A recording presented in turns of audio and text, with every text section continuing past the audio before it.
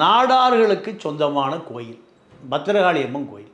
அந்த ஊர் பேர் என்னென்னா மடப்புறம். அது வந்து சொந்தமான கோயில். அஜித்குமார்.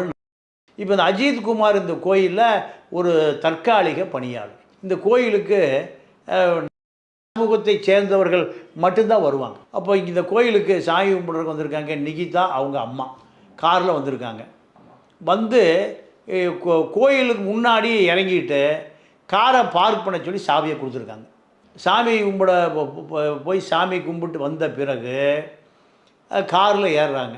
காரில் ஏறி உட்காந்து 9.5 பவுன் நகையை தேடுறாங்க. அந்த பவுச்சு இல்லை, நகை திருடு போயிடுச்சு. அப்போது இந்த அஜித்குமார்கிட்ட சாவியை கொடுக்குறாங்க. அஜித்குமார் தான் திருடி இருக்கணும்னு சந்தேகப்படுறாங்க. அஜித்குமார் கார் ஓட்ட தெரியாமல் அவருடைய தம்பிகிட்ட கொடுக்குறாரு. அது இல்லாமல் இன்னொருவரும் அந்த சாவியை கையால் அவர் கைக்கு சாவி போகுது. அப்போ அஜித்குமார், அவர் தம்பி, இன்னொருவர் 3 பேரும் ஒரு அரை மணி நேரம் சாமி கும்பிட்டு வருகிற அரை மணி நேரம் சாவி யார்கிட்ட இருக்குது? இவங்ககிட்ட தான் இருக்குது. அப்போது இவர்கள் தான் திருடர்கள் முடிவு பண்ணி இவர்கள் யார்? சாமி கும்பிட வந்தவங்க. ஆமாம். இந்த தற்காலிக பணியாளரும் உடனே என்ன பண்ணுறாங்க, ஒரு புகாராக கொடுக்குறாங்க. புகார் எப்படி கொடுக்குறாங்கன்னா, காவல் நிலையத்தில் ஒரு புகார், காவல் நிலையத்தை தாண்டி சென்னைக்கு ஒரு புகார். சென்னையில் யார்? அதே சமூகத்தை சேர்ந்த ஒரு உயர் போலீஸ் அதிகாரி புகாராக போனவுனையும் அவர் உடனே சிவகங்கை எஸ்பிக்கு கூப்பிடுறாரு.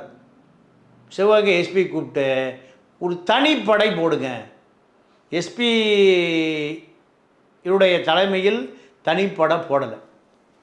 டிஎஸ்பியுடைய கீழ் பணியாற்றுகிற தனிப்படை இருக்கும்ல, அந்த படை ஏவி விடப்படுகிறது. அவர்கள் என்ன பண்ணுறாங்க, நேராக வந்து அஜித்குமாரை அவன் தம்பியை 3 பேரை கஸ்டடி எடுக்கிறாங்க. மேலேருந்து ஐயா சொல்லிட்டார், அதுக்கு மேலே என்ன வேணும்?